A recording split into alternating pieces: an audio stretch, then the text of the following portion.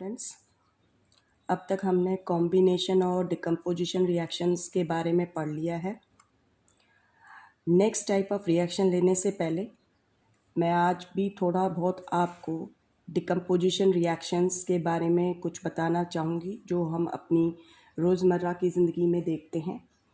तो decomposition reactions in everyday life, इसमें सबसे पहले मैं आपको बताना चाहूँगी decomposition of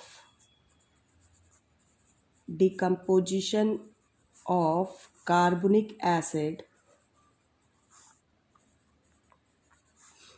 present in cold drinks. हम लोग गर्मियाँ आते ही कोल्ड ड्रिंक्स लेना शुरू कर देते हैं, तो आपको पता होना चाहिए जो आपके कोल्ड ड्रिंक्स होते हैं, ठीक है, इनका बड़ा ही इंटेंस तीखा और सॉर टेस्ट होता है। ठीक है, इनका बड़ा ही इंटेंस एंड सॉर टेस्ट होता है। क्यों होता है? ड्यू टू प्रेजेंस ऑफ, क्योंकि इनके अंदर कार्बन डाइऑक्साइड जो होती है वो डिज़ोल्व्ड फॉर्म में प्रेजेंट होती है कार्बोनिक एसिड के फॉर्म में। Due to presence of dissolved carbon dioxide in the form of carbonic acid, ठीक है। और जब हम ये H2CO3 कार्बनिक एसिड का फॉर्मूला होता है, और जब हम कोल्ड ड्रिंक्स की बोतल खोलते हैं तो ये जो कार्बनिक एसिड है ये डिकम्पोज हो जाता है। इट डिकम्पोज, जैसे ही हम बोतल ओपन करेंगे इट डिकम्पोज टू गिव, ये डिकम्पोज हो जाएगा ओपन करने पे। कब? When we open bottle it decompose to give again carbon dioxide and water। तभी आप देखते हैं बहुत सारे एफरवेंसेस बाहर निकलते हैं, तो कार्बन डाइऑक्साइड के होते हैं। सेकंड मैं आपको बताना चाहूँगी डिकम्पोजिशन ऑफ, ये मैंने आपको रिएक्शन पहले भी बताई थी, डिकम्पोजिशन ऑफ अमोनियम हाइड्रोक्साइड। जो हमारा अमोनियम हाइड्रोक्साइड होता है, ठीक है, NH4OH, तो ध्यान रखिए आपका जो अमोनियम हाइड्रोक्साइड है it is also known as liquid ammonia. ये हमारा एक तरीका है अमोनिया को ट्रांसपोर्ट करने का। हम अमोनिया को, जो गैस है, उसको जब ट्रांसपोर्ट करते हैं तो उसको हम अमोनियम हाइड्रोक्साइड में कन्वर्ट करके ट्रांसपोर्ट करते हैं। इसे हम लिक्योर अमोनिया या लिक्विड अमोनिया भी कहते हैं। तो आपकी जो लिक्विड अमोनिया होती है इस जब बॉटल में प्रेजेंट होती है, जब हम उस बॉटल को खोलते हैं तो अगेन इट गेट डिकम्पोज। तो आपका जो अमोनियम हाइड्रोक्साइड है ये क्या होएगा, जैसे ही बॉटल ओपन होएगी डिकम्पोज हो जाएगा and we get back ammonia and water, ठीक है। इसी तरीके से आपका हम बात करते हैं डिकम्पोजिशन ऑफ हाइड्रोजन परऑक्साइड की डिकम्पोजिशन जो है, ठीक है, H2O2 होता है in the presence of sunlight.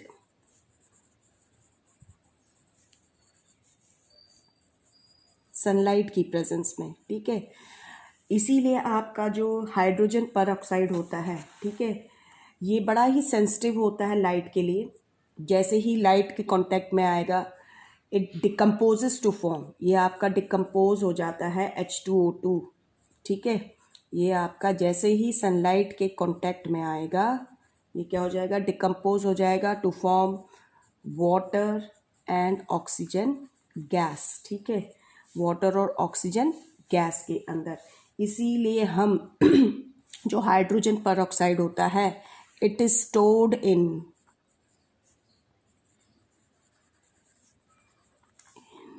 Dark coloured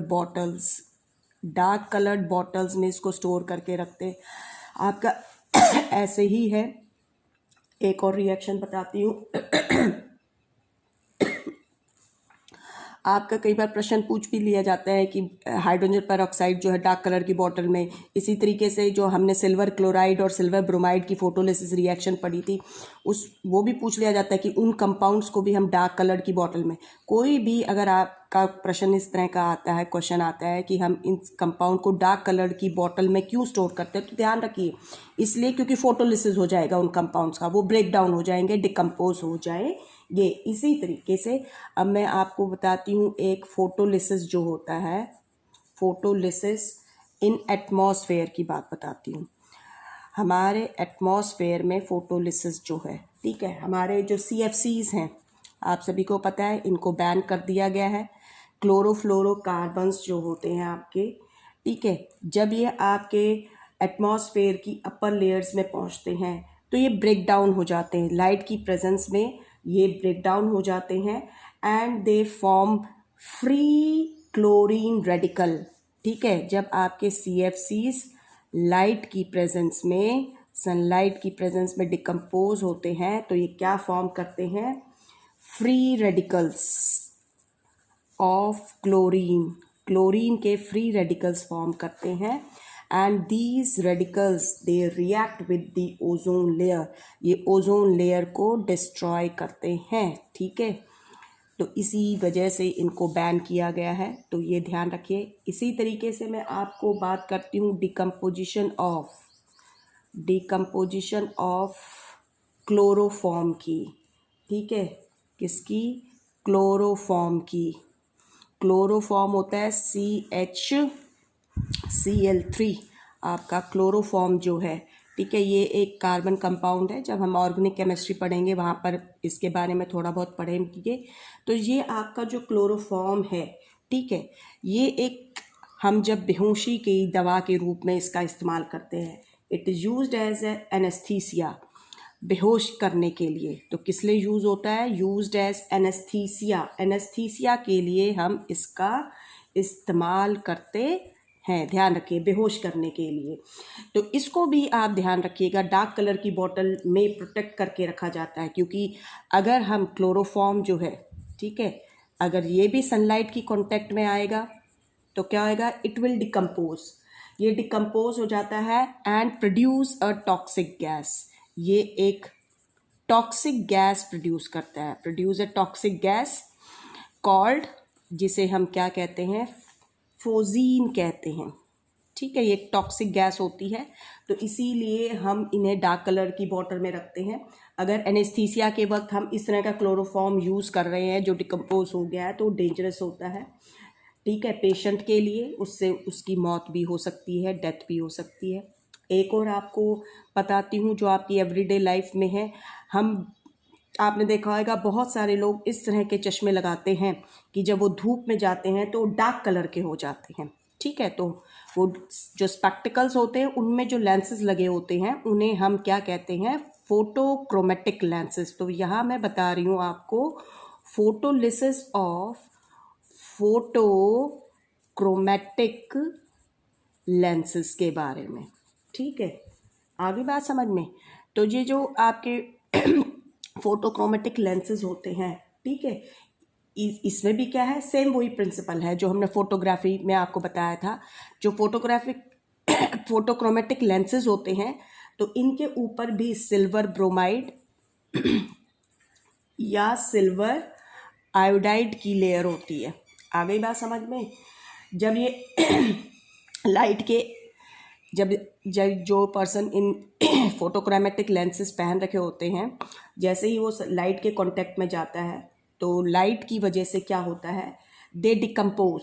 ठीक है, ये आपके फोटोक्रोमेटिक लेंसेज में जो सिल्वर ब्रोमाइड है या सिल्वर आयोडाइड की जो लेयर लगी हुई होती है, ठीक है, वो क्या हो जाएगी, डिकम्पोज हो जाएगी। आगे बात समझ में।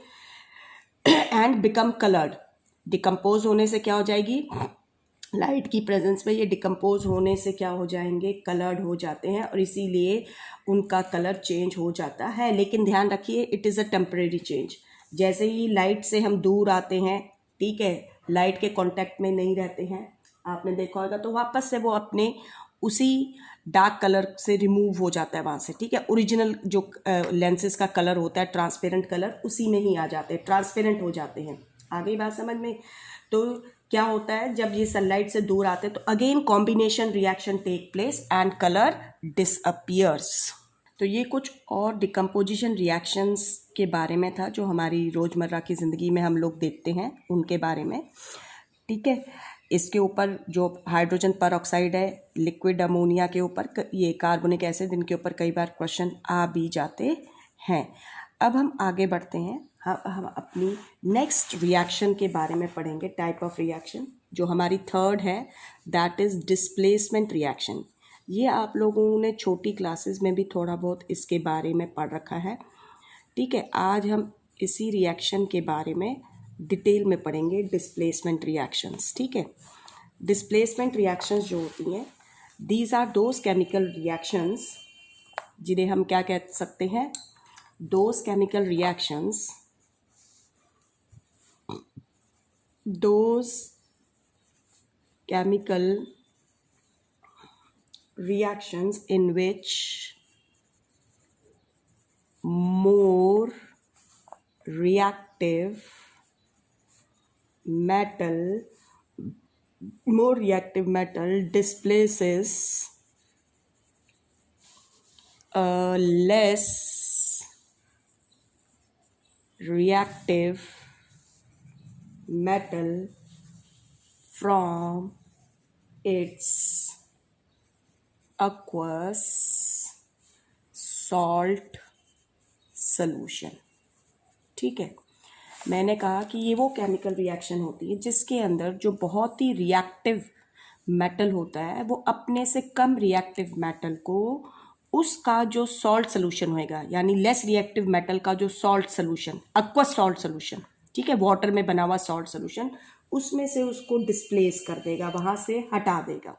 ठीक है, जैसे डिस्प्लेस करने का मतलब है जैसे एक बेंच पे दो बच्चे बैठे हुए हैं। ठीक है, एक बच्चे को खड़ा करके उसकी जगह दूसरा को बिठा देना, वो होता है डिस्प्लेसमेंट। ठीक है, या हम कह सकते हैं कि ये वो रिएक्शंस होती हैं जिनके अंदर मोर एक्टिव एलिमेंट जो है, अब एलिमेंट वर्ड इसलिए यूज़ कर रही हूँ क्योंकि वो मेटल भी हो सकता है, नॉन मेटल भी। जनरली हम मेटल्स वाली रिएक्शंस पढ़ते हैं, इसीलिए हम जो डेफिनेशन होती है उसमें विच हम वर्ड यूज़ करते हैं, इन विच मोर रिएक्टिव मेटल। ठीक है, लेकिन हम कह सकते हैं कि those reaction in which a more active element displaces a less active element from its compound, वो आपकी डिस्प्लेसमेंट रिएक्शंस होती हैं।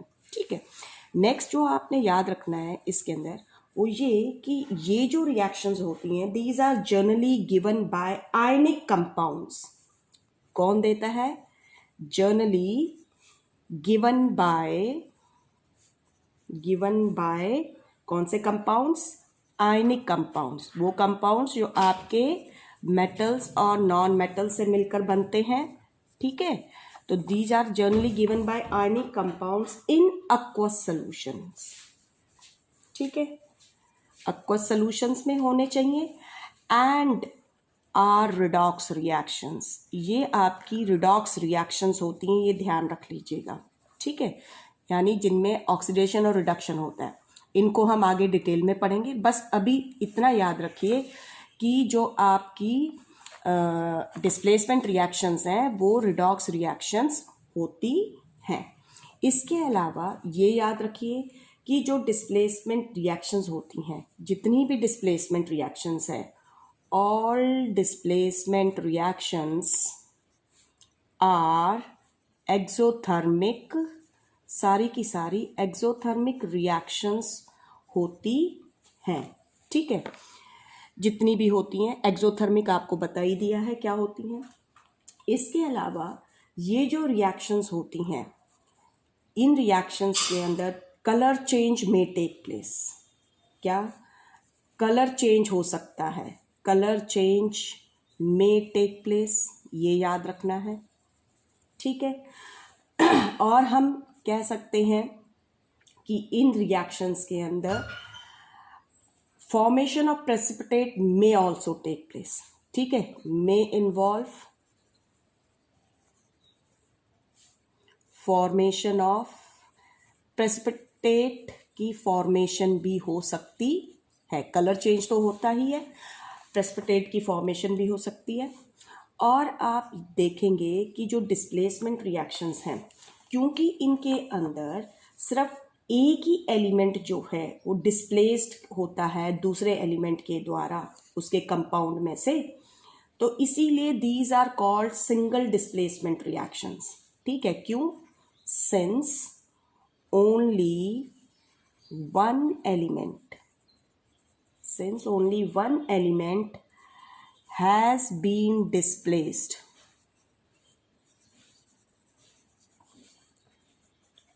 by another element from its compound। ठीक है, एक ही एलिमेंट जो है, ठीक है, वो डिस्प्लेस होता है, इसीलिए हम इन्हें क्या कहते हैं? Hence they are called single displacement reactions. ठीक है, इन्हें हम सिंगल डिस्प्लेसमेंट रिएक्शंस कहते हैं। जैसे हमारे पास एक कंपाउंड है AB, ठीक है, वो C के साथ, और हमारा बनता है AC+B। तो इसका मतलब क्या है कि ये एक कंपाउंड था। ठीक है, इस कंपाउंड में क्या हुआ कि जो C एलिमेंट था उसने B को हटा के खुद आ गया। ठीक है, डिस्प्लेस कर दिया और कंपाउंड AC बन गया, B को हटा दिया। तो ऐसा क्यों हुआ? क्योंकि C जो था वो मोर रिएक्टिव था, किससे? B से, इसलिए उसने उसको उसके कंपाउंड में से हटाकर खुद उसकी जगह आ गया। ठीक है, लेकिन अब प्रश्न ये उठता है कि हमें ये कैसे पता चले कि कौन सा मेटल रिएक्टिव है, कौन सा मेटल लेस रिएक्टिव है। ठीक है, तो इस चीज को पढ़ने के लिए डिस्प्लेसमेंट रिएक्शंस में आगे जाने से पहले, एग्जाम्पल्स लेने से पहले, मैं आपको यहाँ पर रिएक्टिविटी सीरीज, या जिसे हम कहते हैं एक्टिविटी सीरीज, उसके बारे में बताना चाहूँगी। पॉज। अब हम रिएक्टिविटी और एक्टिविटी सीरीज के बारे में समझते हैं। ये वो सीरीज है मेटल्स की। ठीक है, ये एक सीरीज है मेटल्स की जिसके अंदर हमने मेटल्स को एक वर्टिकल कॉलम में, हॉरिजेंटल में नहीं, वर्टिकल कॉलम में उनको अरेंज किया है और उनकी डिक्रीजिंग रिएक्टिविटी के बेसिस पर उनको ऊपर से नीचे लगाया है। यानी कि जो मेटल सबसे ज़्यादा रिएक्टिव है वो सबसे ऊपर रखे गए हैं, जो कम रिएक्टिव है नीचे नीचे, और बॉटम में सबसे कम रिएक्टिव मेटल्स को रखा गया है। तो हम एक्टिविटी सीरीज क्या है? The series of metals in which they are arranged in a vertical vertical column in order of their decreasing reactivity from top to bottom is called, उसे हम क्या कहेंगे? is called reactivity और activity series. ठीक है, लेकिन ये किसकी है सीरीज? एक्टिविटी और रिएक्टिविटी सीरीज ऑफ मेटल्स की। ठीक है, अब दूसरी चीज जो आपने याद रखनी है इसके अंदर वो ये कि इस एक्टिविटी और रिएक्टिविटी सीरीज में जो हमारा रेफरेंस या स्टैंडर्ड है, ठीक है, वो हाइड्रोजन है। The reference REFERENC, the reference और स्टैंडर्ड जो है रिएक्टिविटी सीरीज का,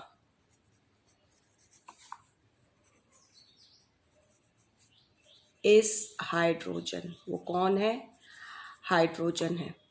अब ये ध्यान रखना है, हाइड्रोजन जो है एक नॉन मेटल है। ठीक है, अब हमने जो हमारी एक्टिविटी या रिएक्टिविटी सीरीज वो है तो मेटल्स की, लेकिन उसके अंदर जो हमने स्टैंडर्ड या रेफरेंस जो लिया है वो हाइड्रोजन को लिया है, जो कि एक नॉन मेटल है। तो आपको ध्यान रखना है कि ऐसा क्यों किया है। तो ध्यान रखिए, हमने हाइड्रोजन जो है उसको रेफरेंस या स्टैंडर्ड चूज किया है। क्योंकि it behaves both as a reducing as well as an oxidising agent. Hydrogen जो है it act as both reducing and oxidising agent. ठीक है, रिड्यूसिंग एजेंट या ऑक्सीडाइजिंग एजेंट हम जब रिडॉक्स रिएक्शन करेंगे तो उसमें आपको और क्लियर हो जाएगा। ठीक है, मैं इसको और सिंपल लैंग्वेज में आपको बता देती हूँ कि हम हाइड्रोजन जो एक नॉन मेटल है उसको इस रिएक्टिविटी सीरीज जो मेटल्स की है उसमें इसलिए रखते हैं क्योंकि हाइड्रोजन जो होता है it can lose electron,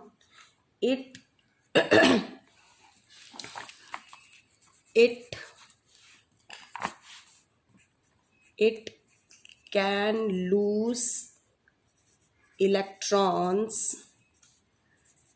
like metals and form cation, और कटायन बना सकता है जिसे हम क्या कहते हैं, प्रोटॉन,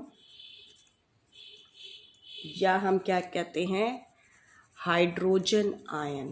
ठीक है, आपने 9th क्लास में देखा होगा H+ एक आयन हाइड्रोजन का। ठीक है, और हम क्या कह सकते हैं, it can gain electrons, it can lose electron, ये इलेक्ट्रॉन लूज कर सकता है, कटायन बना सकता है, मेटल्स की तरह इलेक्ट्रॉन लूज कर सकता है, and it can gain electron to form anion जिसे हम कहते हैं हाइड्राइड आयन। आ गई बात समझ में, क्या कहते हैं, हाइड्राइड आयन, H- ये भी बनता है इसका। आ गई बात समझ में। तो इसीलिए क्योंकि ये इलेक्ट्रॉन लूज भी कर सकता है मेटल्स की तरह और इलेक्ट्रॉन गेन कर सकता है नॉन मेटल्स की तरह। ठीक है, तो मेटल्स की तरह ये कटायन बना सकता है, इसीलिए हमने इसको स्टैंडर्ड या रेफरेंस की तरह यूज़ करते हैं। किसके अंदर, एक्टिविटी और रिएक्टिविटी सीरीज के अंदर। अब हम बात करेंगे कुछ फीचर्स की। ठीक है, जो रिएक्टिविटी सीरीज के कुछ फीचर्स हैं, ठीक है, वो आपने ध्यान रखने हैं। ठीक है, आगे बात समझ में।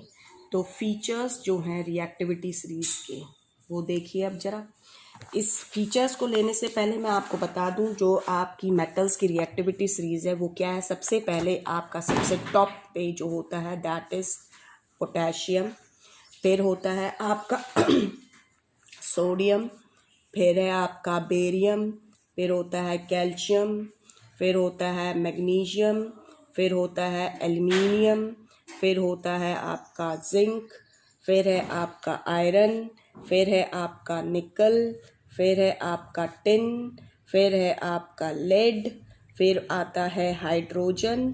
ठीक है, रेफरेंस जो है आपका हाइड्रोजन। ठीक है, फिर कॉपर, फिर मरकरी, फिर silver, gold and platinum. This is the reactivity series. ये कुछ मेटल्स की ही हमने लिए, हायर क्लासेस में जाते जाएंगे वहाँ पर आप और भी लंबी चौड़ी बहुत सारे मेटल्स को देखेंगे रिएक्टिविटी सीरीज के अंदर। अब इसकी जो सबसे पहली फीचर है वो ये है कि जितने भी metals which are at top, metals at top, जो टॉप पर मेटल्स हैं, ठीक है, वो हाईली रिएक्टिव हैं, हाईली रिएक्टिव मेटल्स हैं। ठीक है, तो आप देखेंगे इस सीरीज में सबसे टॉप पे पोटेशियम है। Potassium is the highly reactive. और आप जब हम आगे केमिस्ट्री में पढ़ेंगे तो आप देखेंगे जो टॉप पर जितने भी हाईली रिएक्टिव मेटल्स हैं generally they are alkali metals. वो आपके क्या हैं, एल्कली मेटल्स। ये आप केमिस्ट्री का जो चैप्टर आएगा पीरियोडिक टेबल वाला वहाँ पर पढ़ेंगे एल्कली मेटल्स क्या होते हैं। ठीक है, लेकिन यहाँ पर मैं आपको बताना चाहूँ कि अगर यहाँ पर आपका लिथियम आ जाता है, ठीक है, तो लिथियम जो होता है वो पोटेशियम से ऊपर रखा जाता है, ये आप हायर क्लास में देखेंगे, ठीक है। दूसरी चीज़ आप ये देखेंगे जो फीचर है, मेटल्स एट द बॉटम्स, जो मेटल्स आपके बॉटम में हैं, ठीक है, दे आर लीस्ट रिएक्टिव, वो आपके लीस्ट रिएक्टिव हैं, ठीक है। कैसे हैं? लीस्ट रिएक्टिव हैं। ये रहा गोल्ड, प्लेटिनम, ये आपके सबसे कम रिएक्टिव मेटल्स होते हैं, एंड आर कॉल्ड, और इन्हें क्या कहा जाता है? आर कॉल्ड नेटिव और इनर्ट मेटल्स। इन्हें हम नेटिव या इनर्ट मेटल्स कहते हैं। तीसरी बात आपने ये याद रखनी है कि जितने भी मेटल्स, ये जो हाइड्रोजन है, ठीक है, all those metal which are placed above the hydrogen in reactivity series, जितने भी मेटल हाइड्रोजन से ऊपर प्रेजेंट है इस रिएक्टिविटी सीरीज में, they can displace hydrogen from water and acids, dilute acids. मैंने कहा दोज मेटल्स, क्या? Those metals which are placed above the hydrogen, placed above the hydrogen in reactivity series, in reactivity series can displace the hydrogen, can displace the hydrogen from the water and dilute acids, ठीक है। जो dilute acids या water होते हैं उसमें से hydrogen को क्या कर सकते हैं? रिप्लेस कर सकते हैं इन the form of hydrogen gas. इसी तरीके से जितने भी मेटल्स हाइड्रोजन से नीचे प्रेजेंट हैं, ठीक है, रिएक्टिविटी सीरीज में, वो हाइड्रोजन को डिस्प्लेस नहीं कर सकते हैं वाटर और डाइल्यूट एसिड में से। तो दोज मेटल्स, ठीक है, which are below the hydrogen in reactivity series, ठीक है, cannot displace the hydrogen, cannot displace the hydrogen from water and dilute acids, और हाइड्रोजन गैस नहीं बनती है तो ये रिएक्ट भी नहीं करते हैं, ठीक है।